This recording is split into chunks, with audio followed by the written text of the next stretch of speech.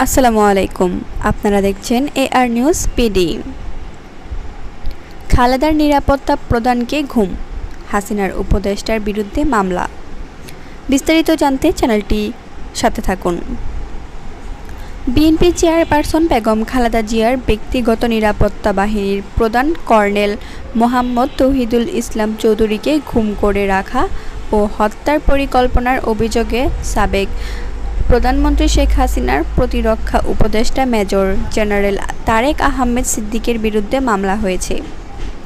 বৃহস্পতিবার ঢাকার metropolitan magistrate Mohammad Zakir হোসেনের আদালতে তৌহিদুল ইসলাম চৌধুরী নিজেই এ মামলা দায়ের করেন। মামলায় তারেক সিদ্দিক সহ 10 জনকে আসামি করা হয়েছে বলে জানিয়েছেন বাদীপক্ষের আইনজীবী মাসুদ আহমেদ তালুকদার। অভিযোগটি নিউ মার্কেট থানা পুলিশকে এজাহার হিসেবে গ্রহণের নির্দেশ দিয়েছে আদালত। অভিযোগে বলা হয়েছে, মোহাম্মদ তৌহিদুল ইসলাম চৌধুরীকে 2018 সালের 27শে ডিসেম্বর এলিফ্যান্ট রোডের বাসা থেকে সাদা পোশাকে তুলে নিয়ে যাওয়া হয়। 2 দিন গুম করে রাখার পর 29শে ডিসেম্বর তাকে 2টি ভুয়া মামলা দিয়ে কারাগারে পাঠানো হয়। পরবর্তীতে জামিন পেয়ে তিনি এসব বিষয়ে অভিযোগ জানাতে থানায় গেলেও সাধারণ ডায়েরি নথিভুক্ত করা হয়নি। বিস্তারিত ছিল এই পর্যন্ত।